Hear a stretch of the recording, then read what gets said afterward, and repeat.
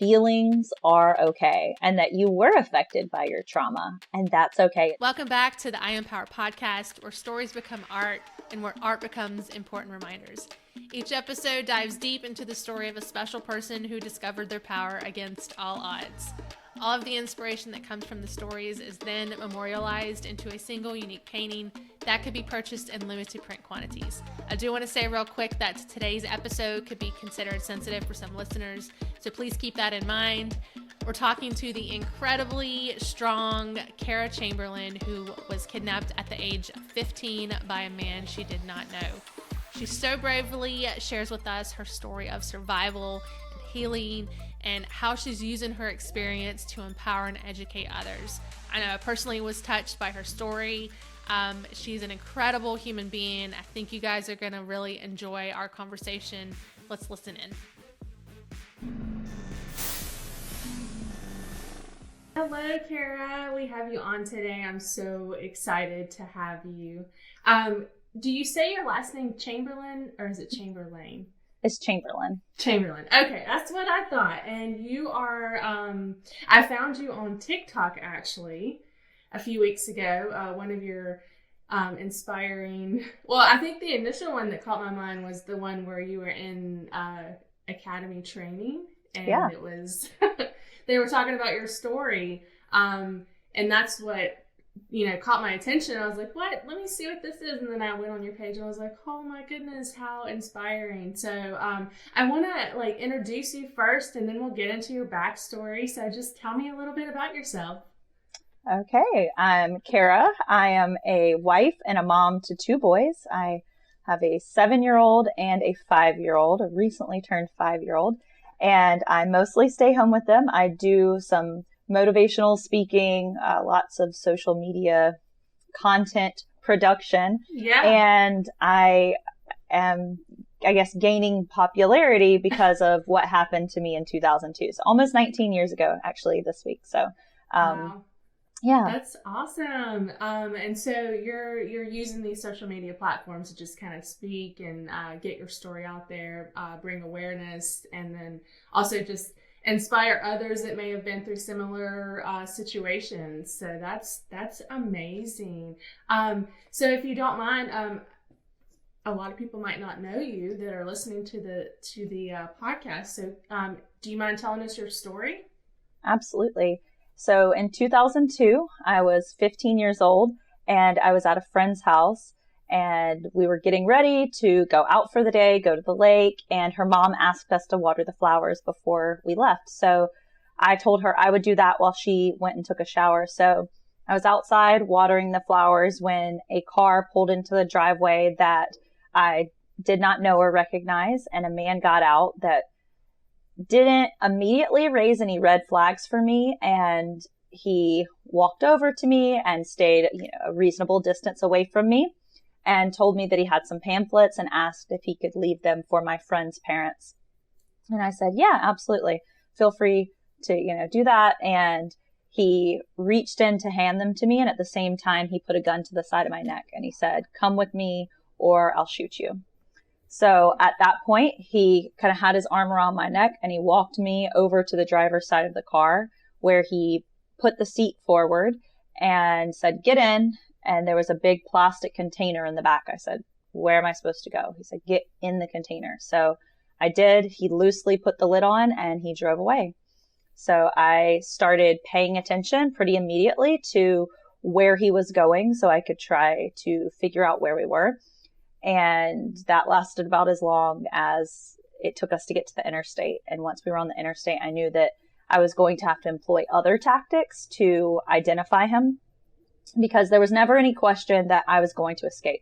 From that moment, I said, I'm just going to go along with what he wants me to do so that at some point he gets comfortable enough to let his guard down. And then at that point, I will escape. So I started memorizing things. The first thing I memorized was actually the serial number on the inside of the container. So Wow. I just was locking things into my memory. So he drove for about 15 minutes before he pulled over to the side of the road.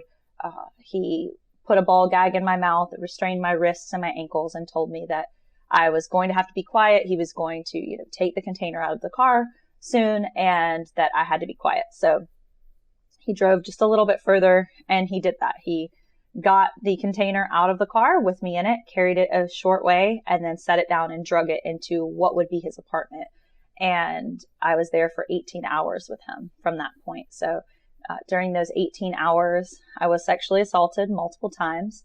I was given drugs, and he was trying to gather information about me and write it down. But at the same time, I was doing that about him. So I was gathering information about who he was because I knew that I was going to escape. So it's kind of this mantra that was running through my head of gather information, make him complacent, and then get out. So during those 18 hours, I was just locking in as much information as I could and looking for a chance for him to let his guard down. And that chance came the next morning while he was still asleep. And that was when I actually was able to make my escape.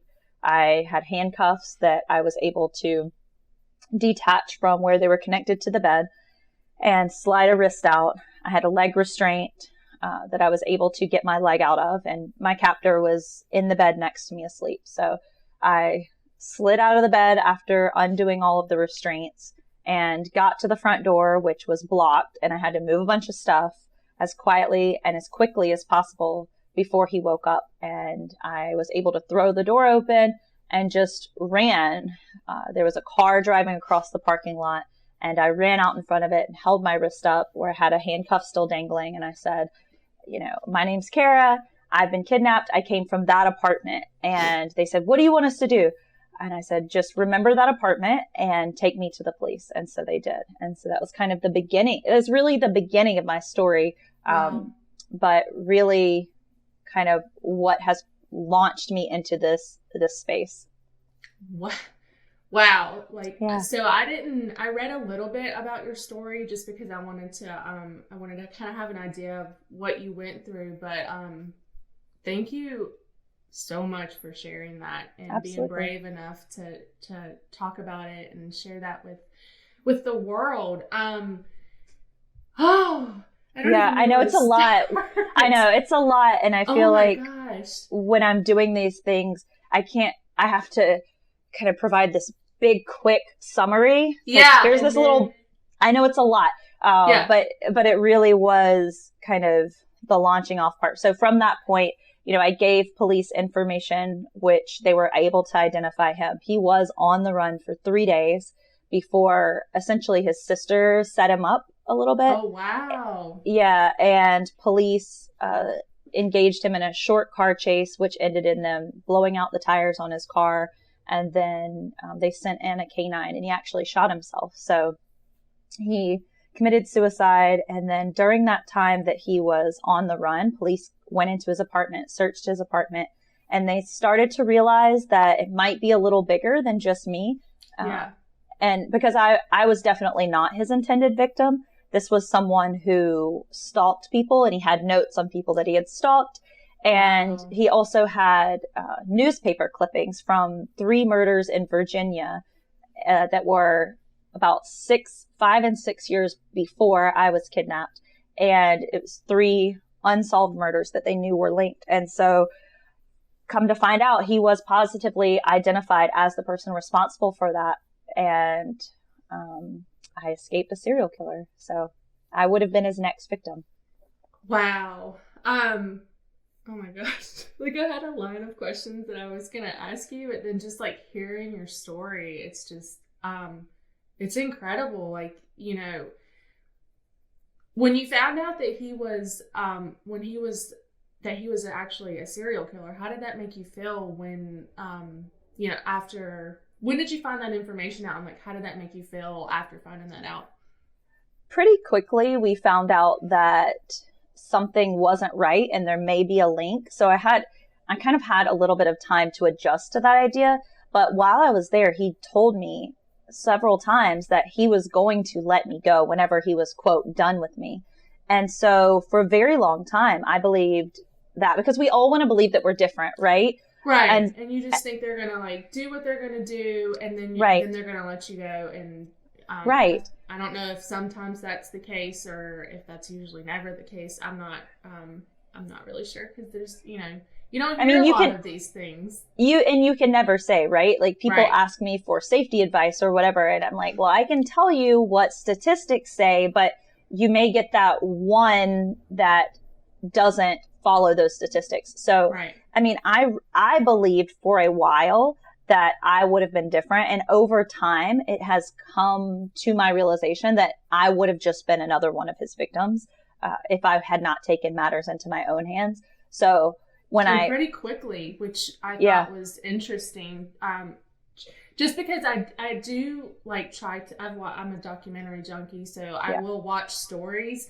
And you always think, oh, if I'm in that situation, this is what I'm going to do. But you never know what you're going to do when you're in that situation, because I think you have to physically and mentally, like you did, play out all the odds and find your moment. And when you found your moment, that's when you were like, okay, I'm taking it. And then, during that, what was going through your mind? Or do you remember, like, I gotta move quickly, I gotta move quietly, like, oh my gosh, what if he wakes up? What am I gonna do?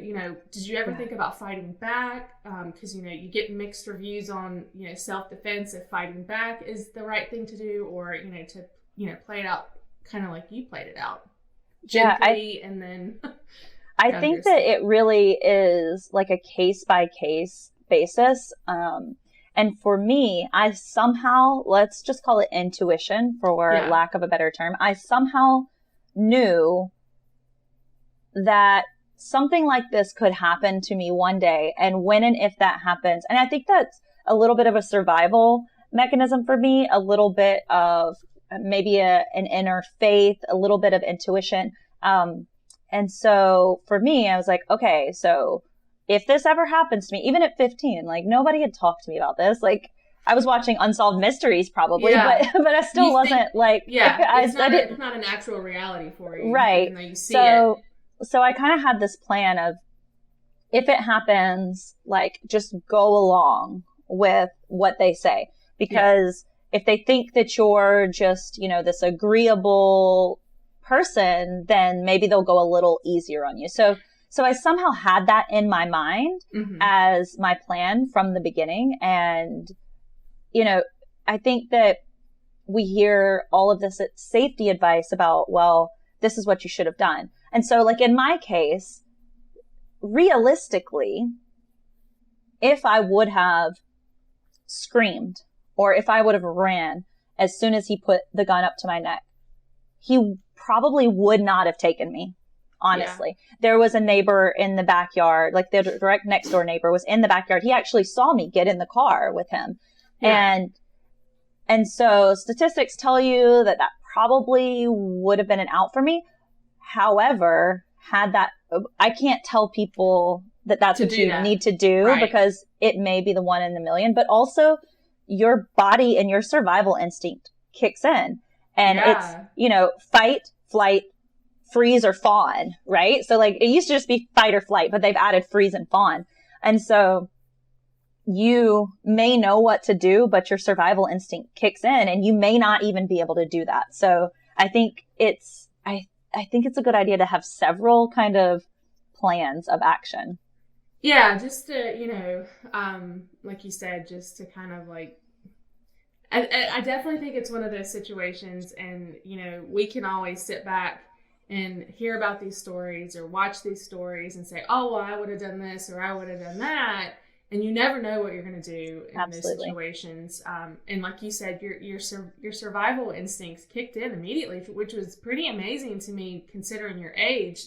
I like to think back at myself at 14, and I don't know that I would have thought to like try to memorize, serial numbers, or, I think you would probably try to pay attention to where you're going. But I just can't imagine, like, adrenaline's going, fear's setting in, and that's when our bodies, which are amazing things, absolutely, start to like kick into survival mode and say, okay, this is what we got to do. So he took you back to his house, which I think is interesting. Yeah. Because you hear a lot of, and it wasn't really that far from you, right? It wasn't terribly far. No, it was about, let me think of the location now. Like less than 10 miles away. Mm-hmm. So it didn't take very long, 15, 20 minutes to drive there. Right. And so with your experience, being an activist and learning of other people's stories like this, is that a typical thing that it's usually not somebody from like really far away, that it's, or is it kind of a toss up? It is. And, I think a lot of us are cognizant of like these stranger attacks, but really whenever you're talking about someone who's going to perpetrate violence on you or a sexual assault or anything like that, stranger kidnappings are actually quite rare. And so, I think that a lot of the time they do tend to kind of, if it is a stranger, they kind of go somewhere that they're familiar and comfortable with. So, he had dropped off his wife and his mother at the airport, and my friend's neighborhood was like 1.5 miles from the airport. So he basically drove straight there and started canvassing. And he had approached a couple of other people earlier that day and was unsuccessful. So wow. I was his victim of opportunity. And so was your friend inside when this happened? You were just outside watering She was. flowers? And yep. And she came out and I was gone. Wow. Yeah. And then police, said, well, the neighbor saw her get into the car, so she must be a runaway. And then my friend, my boyfriend, my parents, everyone was like, no way, no how. Like, her purse is here. She didn't have shoes on. Like, she did not run away. And when your family contacted law enforcement, was that a pretty quick, action on their part? Because absolutely, I hear like people's got to be missing like X amount of time before they start really searching. But was it because is that so, or is that because you were a child, they were immediately, or circumstantial? So I think it differs from like agency to agency and state to state and municipalities and things like that. But for me, my family and my friend, they immediately knew something was up. So they immediately contacted law enforcement. My friend called her mom, and I think her mom called law enforcement, and then she called my mom. Mm-hmm. And so law enforcement got there and got involved pretty quickly. But the fact of the matter is, and this is like a huge thorn in my side right now, that most of the time when it's a teenager that goes missing, because stranger kidnappings, like I said, are actually quite rare. Usually teenagers are leaving of their own accord. And so it is very, very common for agencies to automatically list a teenager that goes missing as a runaway until they have information to prove otherwise. And you don't agree with that? Is that what you're saying? Absolutely not. No, because I mean, it's still a child. Right. If it was a 10-year-old, it would obviously be a missing person, right? We wouldn't say, oh, it's a runaway. Right. But if it's a 14-year-old, a 15-year-old, a 16-year-old, that's still a minor. Right. So where is that line? Why do we automatically say that that's a runaway? 13, it's still, it's still an at-risk child that is missing. So I don't think there should be a different protocol or a different, listing, because it's actually like an incident report listing. There's a different code for runaway as missing person. And so runaways are not treated as high up on the emergency scale? Generally, no. Yeah, generally no, because they leave of their own accord. So they are not, and I'm using air quotes, of course, but they're not as at risk, right? But really, it's still a child that's missing. Yeah. That is incredibly interesting. So is this what, so I've tried to follow your story, like I said, and I've seen that you were in law enforcement. Did this prompt you to do that? It did. And, I think a lot of people want this, like, I'd say, like vigilante story, right? This beautiful story. But I find that, life often doesn't follow that path. That's the movie side. Like that's the way the movie would go. Right. Yeah. Exactly. So, for me though, I had a lot of interactions with law enforcement, obviously following this. And I was kidnapped from one county and I escaped from the neighboring county. So I had dealings with two different agencies, and, there were two sheriffs of these two agencies, and one of them very, very much treated me like a victim. He looked at me a day or two after I escaped and said, that he was going to kill you, right? Like, you should be dead right now. And I was like, okay. So that seems like that's very much treating someone like a victim, right? Right. And remember, at this time, I still believed that he wasn't going to kill me. Right. And I'm processing so many things at this time, like just totally inappropriate, right? Yeah, like that's yeah, it's just like a whole thing. Right. And I actually do speaking engagements like solely surrounding the way these two people treated me and how to empower versus how to really just keep somebody in that caged victim mentality. And then I have the other agency where the sheriff really just, he has daughters and he just treated me like another daughter and he took me under his wing and he said, maybe you should, come and have a summer job. And he really helped me in that process of embracing my survivalhood and taking back my power. And so I worked there during the summer all through high school. Wow. And in college, I worked there when I was home. And then came time to graduate from college, and I was doing like a lot of admin stuff. And when it came time for me to graduate from college, I said, I think I want to be a teacher. And he said, okay, well, if that's what you want to do, please, by all means, I'm not going to stop you. But if you like working here, you'll always have a job here doing whatever it is that, we can provide for you. So maybe you should consider marrying the two, a teacher and law enforcement. And he said, what about being a school resource officer? And I was like, I'll try it. And so I did that for a little while. And then I went there's two different classes of law enforcement. So I was like a class 3, and then I went to the full academy, which was like the 12-week academy for class 1. And then while I was at the academy, I was like, oh man, I like this. There's like this saying in the academy that there was, at the beginning, everybody's like, well, why are you here? Like what made you want to go into law enforcement? And it's like this ongoing joke. And then in every class, there's someone that stands up and is like, I just want to shoot guns and drive fast. Oh my God. I was like, it is really fun. The training and everything it was just very enjoyable. And then the camaraderie, and I had essentially grown up in law enforcement. So for me, it was very much a natural transition into that world because they were a second family to me. So right. So that's kind of, you felt like you belonged. That's absolutely awesome. Yeah. So what was it like? So you did the TikTok about being in the academy, and then they're talking about your story. Like, tell me how, like, what was going through your mind when that happened? Were you like, yeah, that's me, or were you just gonna be like, I'm gonna be quiet and like not say anything, or how did that pan out for you? It was very interesting. We had, I think, it was a little bit of an anomaly. Our class, so the way our criminal justice academy works here in South Carolina, it's a state academy. And so there are people from agencies all over the state and everybody goes to the same academy. And so usually people kind of stick to their own agencies, but we had a really tight knit class. We were very much like a family. We did things together, the whole class outside of the academy, things like that. And so we come back from lunch and the instructor kind of had the first slide up there, while everybody was coming in, and I came in, I'm setting all my things down, and I look up and I'm like, uh-oh.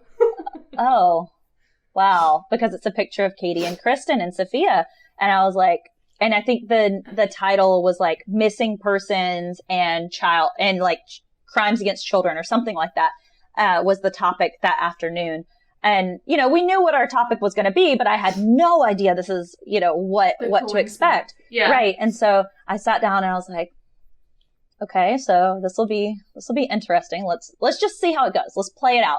And so I was sitting at the back of the class. The class leaders sat at the back, and I was the assistant class leader. And so I'm sitting there, and the instructor is telling the story, and she's like, and at that point, my last name was not out in the media widespread, and people in general didn't know about it unless they knew me and they actually knew the story. So the instructor's telling the story about Katie and Kristen, and nobody knew what happened to them until a girl in South Carolina named Kara.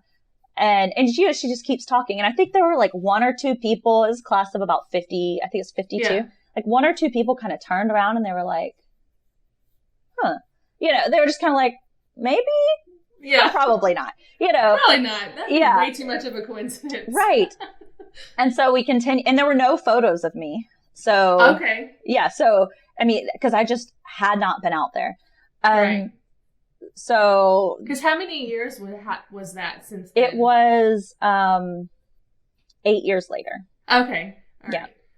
So, at the end of the class, you know, everybody files out for our break, and I went up to the instructor and I said, hey, I waited till everybody was out, obviously. Yeah. I was like, I just wanted to let you know that Kara, and I like pointed at the screen, and I was like, is Kara, and I like pointed at my name tag, and she was like, oh my God, I'm so sorry. And I was like, maybe she wouldn't have. She had no idea. Yeah. Yeah. And she was like, I'm so sorry. I had no idea. And I was like, it's okay. Yeah. And she was like, did I get everything right? I was like, I mean, mostly. Yeah. You pretty much got it right. And she was like, and then I think she was just kind of in shock for a couple of minutes. And then a couple days later, I got called into like the head of the like Criminal Justice Academy's office. And they were like, so we would like to give you an award at graduation. And I was like, okay, so none of my classmates know about this. And we've all been here together. I was like, let me think about it. I was like, but I definitely need to tell my classmates because we've all been here doing the same thing. And if, we're here at graduation and they're like, here's an award for Kara, and they would be like, what the heck? Like, we've all been doing the same thing. What is it? So, because at that point you hadn't really... I had not been out there. You had not shared your story. So was that like the moment for you to like realize, okay, maybe I should tell people? Or when did that moment come for you? I think that that was a little bit of me kind of stepping out in faith. But I really think that me solidifying like what this looks like didn't happen until the last couple of years. I did do some speaking engagements following that because obviously there was like press at my graduation and like things kind of followed from there. I did some speaking engagements for a while. But then whenever my last one was actually when I was about 6 months pregnant with my oldest son. And I was like, I'm about to have kids. Like, I'm not sure where this is going. I didn't really have a solid vision for what my purpose was. Like, I knew I wanted to help people, but I didn't have a path going forward, sort of. And so I was like, well, maybe this is kind of like, maybe this is past and that's okay. And then I had, an opportunity to sit down with Elizabeth Smart and several other survivors and have a conversation, that really changed my life in a lot of ways. And I realized that so many people that go through difficult things will not get an opportunity to sit down with people who have been in similar situations and really just have those like soul conversations and see themselves and what they went through in another individual. And so I realized that I am an okay speaker and that I could bring that to a lot of people. And so that was kind of what solidified me deciding that this is what I wanted to do. This is you. That's awesome. I'm glad you spoke on that with Elizabeth Smart because I wanted to touch on that a little bit because her, if anybody's not familiar with her case, it was in 2000. It was. That it happened to you, but on the other side of the country. Right. And of course, her captor was able to keep her a lot longer. So what was it like? I seen that you guys did a special and there were other survivors that were speaking. Yeah. What was it like to be around other people that had experienced something like you had experienced? I realized I wanted to do that because I was interviewed by Elizabeth. That was kind of what got me back into this. I said, I don't want to do this anymore. And then someone from Elizabeth's team reached out and was like, she wants to interview you. And I remember talking to her and she was like, why have you not shared before now? Why now? And I said, well, Elizabeth, I said, when you tell people there's a look, I'm like, do you know what look they give you? And she was like, oh, I know the look. And for me, that single moment was like, this is what I need. I need someone who gets it. And so about a year later, she reached back out and was like, we're doing this special. It's for Jamie Kloss. Like, we want to get a bunch of survivors together, and we just want to like build her up and really just support her because she's so young. And here we all are, like many years removed from our trauma. Like, we would really just love to show her what it looks like on the other side. And so it was myself, and it was Gina DeJesus, Katie Beers, Elizabeth, Denise Haskins, Sarah Maynard, and Alicia Koskevich. And so we were sitting. Me cold chills. It was. Of you guys, I can't even. It was insane. I mean, everyone that was there watching it was just like, "This is the most powerful thing that I've ever been a part of." I mean, everyone's crying at the end. You know, like the cat, like the crew, everyone, and it really gave me something that I honestly didn't realize I was missing. I think that it's so critical whenever we are going through anything difficult that we have people. I think it's good to have people on either side of us, like people who are where we were that we can help mentor, but also people who are a little further on the journey. And then I think it's really just so healing to have people who are right there with you. You know, one of my best friends and some of the people that I'm closest to are people who have also experienced trauma. And so, you know, like my anniversary is coming up, and to text my friend and be like, yeah, you know, like my anniversary is this week. And she's like, so what are you doing on that day? Like, make sure that you are giving yourself rest. And just to have someone who understands those soul things that just you may not understand, which is really what I'm trying to help people who maybe haven't been through something similar, or people who have family members who have been through something similar. I'm really trying to help give that information so that we can just support people who go through hard things. And there's these small little things we can say that don't empower, you know, that take the power away from people, and that our words really have a lot of impact on the healing journey of other people. But sometimes we just don't know what to say, right? Like the most well-meaning people can say things and you're like, that's actually not helpful. Like, I actually really hate hearing, I'm so sorry that happened to you, which is why I didn't share for a long time, because I didn't want somebody to be like, I'm so sorry that happened to you. I don't want you to feel sorry for me. Right. And I can totally attest to that. And this is completely like not the same thing that you went through, but when I experienced a miscarriage, I battled on whether or not, because, you know, it was traumatic for me. So I battled on whether or not I wanted to tell people. I wanted to tell people because I wanted to bring awareness to how common it is. But then I was afraid, like, I didn't want people to say, oh, I'm going to pray for you, or I'm so sorry that happened, or those, you know, those comments that are just, I think people mean well. Well, you'll have another baby. Yeah. Like, and so I had battled with like saying, okay, like, but then at that moment I was like, okay, like I'm going to talk about it, but I'm going to tell people, do not feel sorry for me. Yeah. Do not pray for me because I am okay. Like, I'm processing and I'm healing in my own way. Just, you know, say thank you for sharing your story. Really is probably one of the best for anybody that's experienced anything traumatic or anything like that. If you don't know what to say, thank you for sharing your story. Yes, that's perfect. That's exactly like I was actually going to comment and say thank you for like wording it that way, because I think that's the most powerful thing. Like, thank you for sharing that with me. And then really people, you can read what they want from that. But I mean, even me, you know, I have so many people that share things with me, and my automatic kind of space that I go to is, I'm so sorry. Right? Like, that's just kind of how we've been ingrained. Also, like, I'm sorry for your loss, or right. But I think too, because people want to feel like they want to express that they're being compassionate, and they just, it's just, we've got to pick our words better. Right. And I think that, it's also important.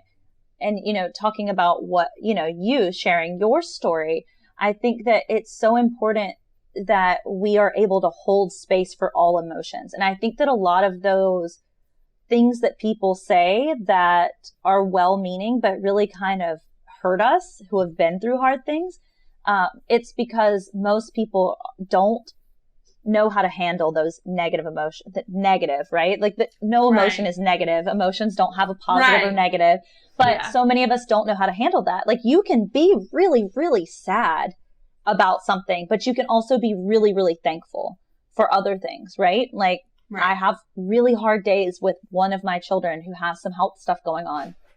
And people are like, well, at least this. And it's like, don't ever say at least to someone who is like, just take that out of American vocabulary. Right. Like don't. So I think that, a lot of people just don't hold space for those hard emotions, and they just want to kind of like push them down, right? Yeah. Like that good vibes only toxic positivity culture that's like, no, you can only be here if you're happy. If you're happy. Yeah. Yeah. And that is so important that we tell people that all emotions are valid emotions. Absolutely. But yeah, that's incredible advice for sure. Yeah. And I just lost what I was going to ask you, because I had a question like lingering here, but then we got on that and I was like, oh man, that is like so important to hear. So now that you're at a space where you're willing to, not necessarily willing, but comfortable talking to people about your experience, what's it like when people or do people come to you and say, this is my experience, like, can you give me some advice on how to handle that? Like, I can imagine that would be overwhelming at times when you start to speak about things that happen to us, and then everybody's, that we want somebody that we can connect to. So Absolutely. We automatically start just like, oh, this is, like a word vomit type situation. And I know sometimes that can be overwhelming. Like, does that happen to you? And if it does, like, how do you handle that? Absolutely. It can get heavy. But I really try to set those boundaries. So, if I see a message, whenever you get a message, you can see the first couple of words, and you can always tell. And so if I see one, I'm like, I'm going to reserve reading that for when I have the emotional capacity to respond with compassion in the proper way. Right. So I just kind of hold those as unread, and then I go and open those whenever I know, because, we only have so much emotional capacity every day, and my children take a lot of it most days. So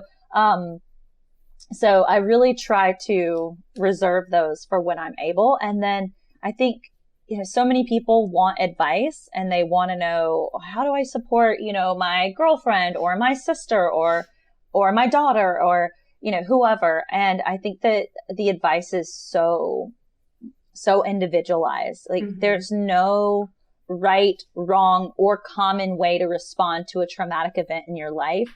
And so I think for the most part, my responses tend to be, let people will tell you what they need, like follow their lead. Don't try to, one of the things that was the most irritating to me is afterwards, everyone's like, oh, that's so traumatic. You have to go to counseling. You have to go to counseling. Right. I was like, I don't have to do anything. Like, don't. Yeah.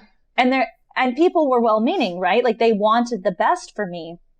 But you have to remember, in these type of situations, anything that you do where you're telling someone who is a survivor what they have to do, you are taking a little bit of control from them. And the thing that they want more than anything in the world is to maintain control. So for me, I think a lot of the advice that I give is centered around like help them regain control over their situation, and help empower them and help them remember how strong they are. Or if you're a survivor yourself, like what are some things that you can do to remind yourself of how strong you truly are? So for me, like physical fitness is a big part of my journey. And it just really helps me to remember like, hey, you didn't die today. And you're a little bit stronger than yesterday. Like it may have sucked the whole time, but but you did it. But I'm here and I'm kicking ass. That's awesome.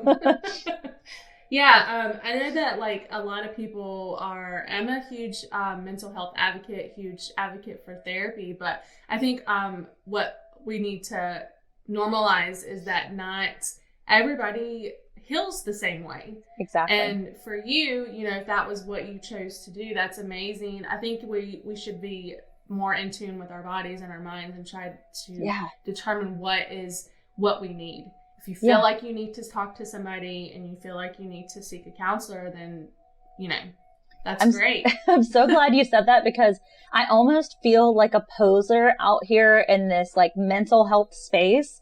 Yeah. And people are like, so did you get counseling? And I'm like, which is, I think, not is an really. Extremely personal question. It is. And people may not flat out ask that, but but they'll like word it. Yeah. Yeah. Or, like everyone else who's out here is like, oh, and counseling. And I'm like, it just really like, how do you respond to that? Do you just say that, like, I think it just wasn't, it wasn't part of my journey.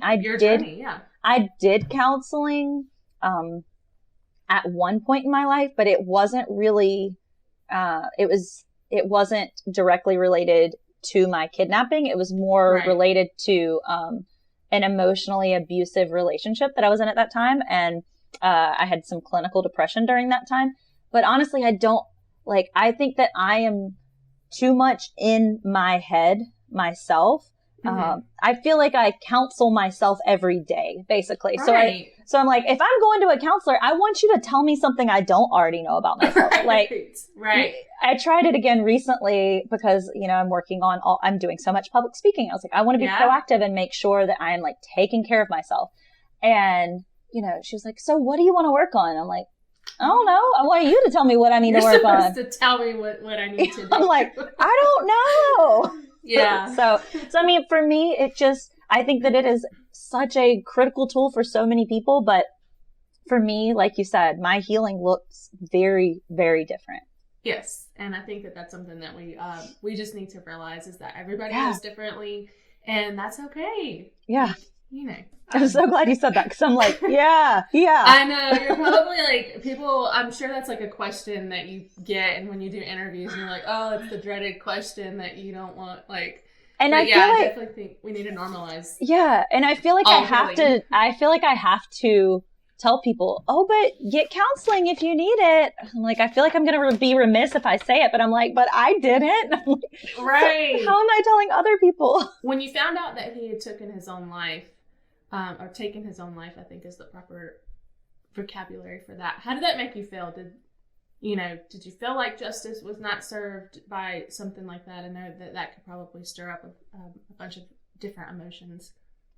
So when I first found out that he committed suicide, I was really angry for a while. Because, like I said, this was someone who stalked his victims, and I was not in my normal place. And so I was not someone that he intended to take. I was very much his victim of opportunity. And so the self-righteous part of me wanted to sit in a courtroom across from him and look him in the eyes, and for him to know that choosing me was his biggest mistake he ever made. And also that, hey, you thought you were smart, but you were outsmarted by a 15-year-old. Yeah. So for a while I was really angry about that. And then, I think it's a complex way that I feel about it, because as the years have gone on, I've realized that him taking his life was a blessing in many ways. We never had to go to court. We never had to go through all the details of my sexual assault being put on the stand. Right. I never had to live through that being in the media and my parents sitting in the courtroom and hearing it, my boyfriend, my friends, I never had to deal with those things. So I've been able to keep, my story as private as I want to.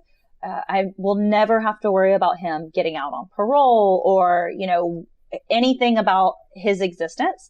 Right. But there is still this part of me that is really disappointed that he took his life, because I firmly believe that he had more than 4 victims.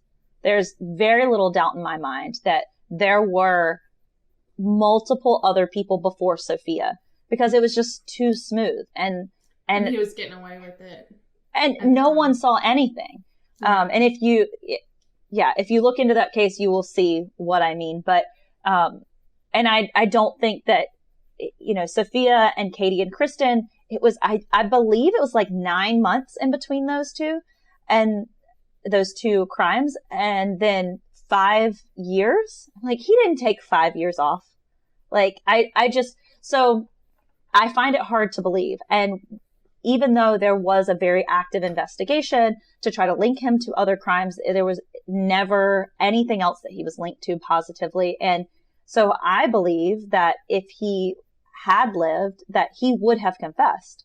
I believe that we would be able to give so many other families closure about what happened to their daughters. And so, you know, there's a huge part of me that's just like, man, like, yeah, I can totally understand that. Yeah, it's a little disappointing. And that's definitely a dream of mine to like, let's just really dig into this. And I hope to one day be able to dig into it more. I don't know why I think that I might be able to do something than the professionals, you know, better than they could do. But I'm like, maybe they just forgot about it. Like, I don't know. Because do they just close, like, it's still open type situation, so it's open. Okay. Yeah, so they have it's called VICAP, and so they have like everywhere he's lived, and you know, like, but he traveled, so like he was like a traveling salesman, so it's like it would be so easy for him to just pick somebody up, and he was in the Navy, and he was in other countries, so it's like he could have done things. I can completely understand the want to, you know, dig into that a little deeper to see if you can give some closure to some of those families.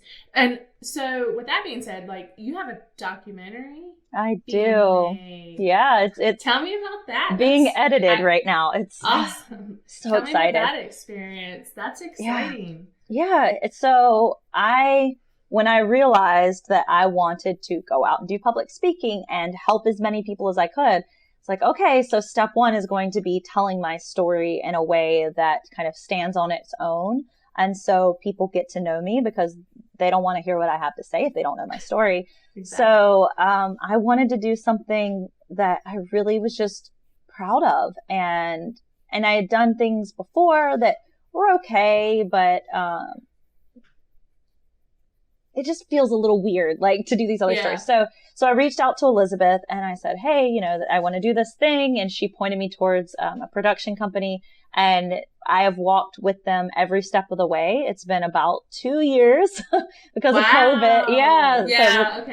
Because of COVID. So we were making our like pitches of the, you know, like sizzle reel or whatever, like in March of 2020 is like when we had all of our pitches scheduled. So it's just been crazy. But yeah, so it's very much, you know, my baby as much as it's everyone else's baby. And we interviewed basically everyone that was involved in this, and everyone walked through like the different perspectives of what happened. So you have my mother, my father, law enforcement. So the deputy that was in the department when I came in, the sheriff, the investigator, some people from Virginia, my boyfriend at the time. So very much all the different perspectives minute by minute.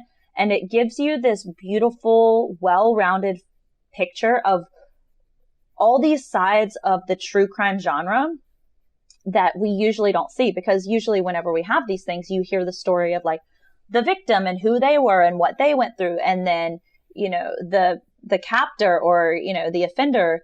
And it negates all of these other people that are in the periphery and what they experience. And so I even, through watching the documentary myself, got to hear and see all of these things. And I was like, wow, I had no idea that happened.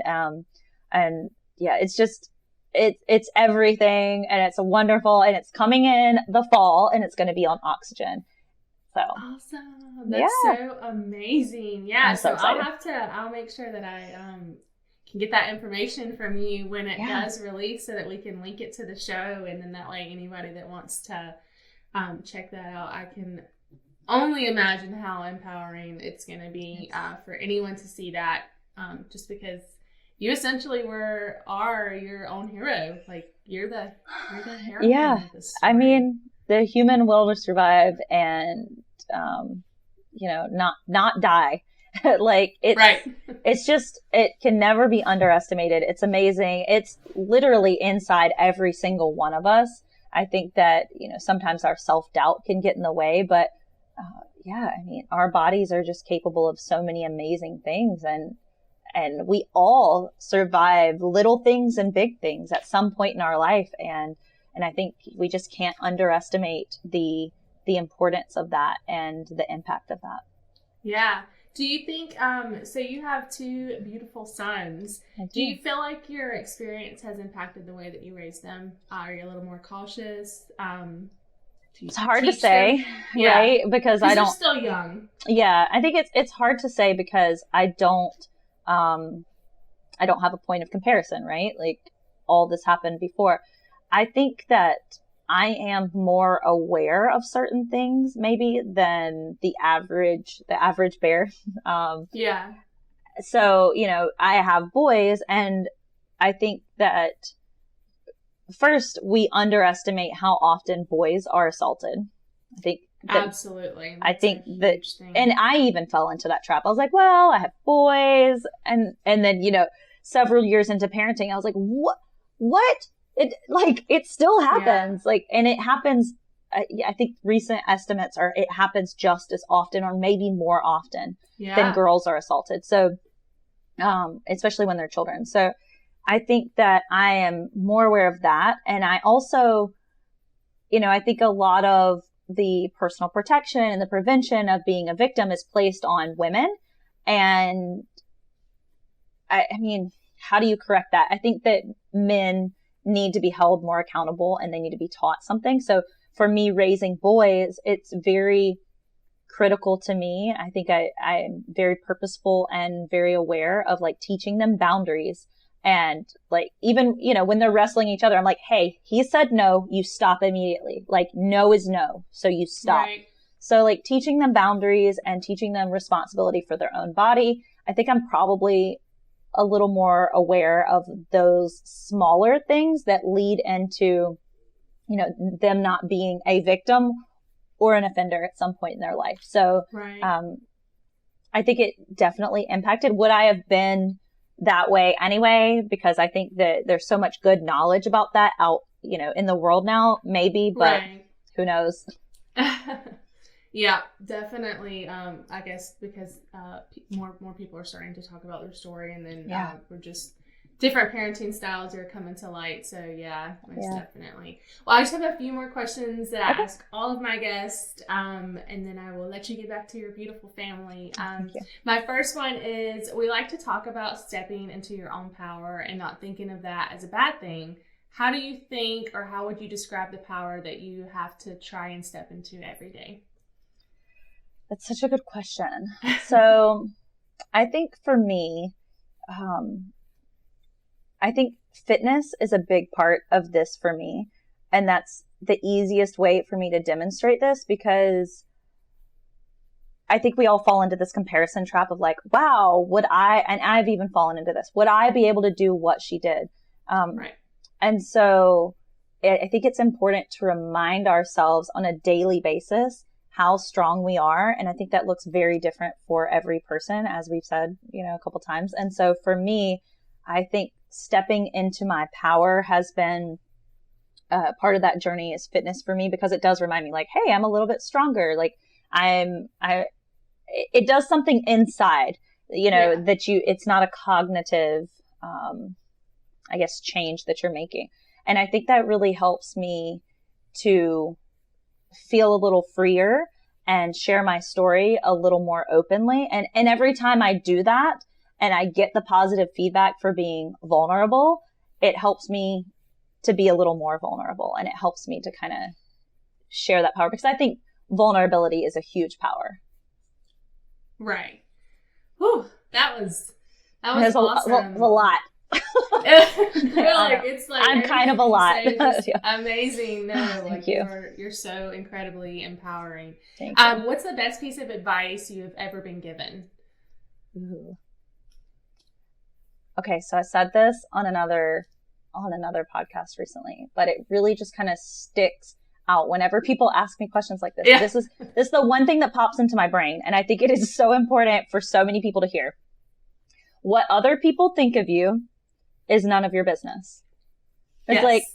like the first time I heard that, I was like, Oh my gosh, that makes so much sense. It like shifts your brain. You're like, you're right. It is none of my business. Why do we care? And I think that I think that it's so easy to fall into that, like I said, comparison trap. But yeah, it doesn't matter what it gives you a little more perspective and saying, it doesn't matter what other people think, but yeah, it's none of your business. And I think when you accept that, like you could probably physically feel that like weight being lifted off because you're like, oh my gosh, that makes so much sense. Why didn't I think about that? Right. And we all have things that we're like, that someone might ask and you're like, it's none of your business. Yeah, right? Exactly. And so it puts it in perspective where you're like, yeah, it's not any of my business. You're right.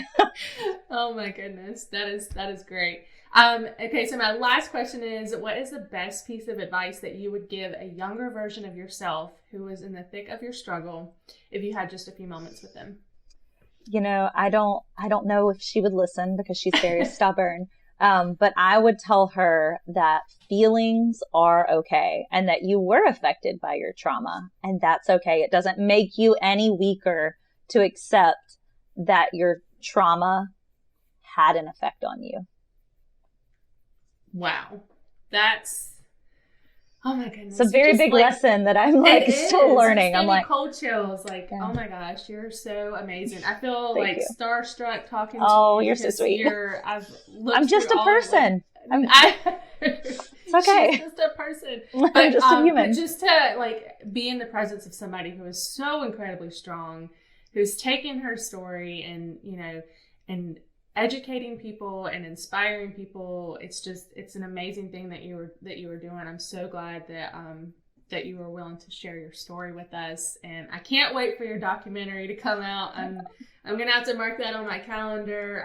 But of course, you know, I follow you, so I will see. I will countdown. I will put it out as soon as I know. I don't know any of it yet. Yeah. Everybody's like, when is it coming? When is it coming? I'm like, I don't know. I will let you know. You will be the first to know. I know. Like, I will let you know. But I'm so excited about that. I'm so excited about that for you. I really feel like you've got more amazing things in your future that are just waiting to come. I hope so. I want to thank you endlessly on behalf of our team and every person who heard your story today and connected with it. I will also link all of Kara's information, her TikTok and her Instagram, so that you can follow along her story. And thank you so much for being on today. Thank you so much for having me. It's been a true joy and pleasure. Thank you so much for tuning in today, and I want to thank Kara again for being with us. I'm going to link her social medias below so that you guys can give her a follow. Also, if you personally felt connected to her story and you would like to purchase one of the limited edition prints that goes along with it and helps support the podcast, you can do so at jessicajames.com. Also, don't forget to follow us on Instagram at I Am Power Club, and of course, like and subscribe to the video and the channel so that you don't miss next week's episode of I Am Power. See you then.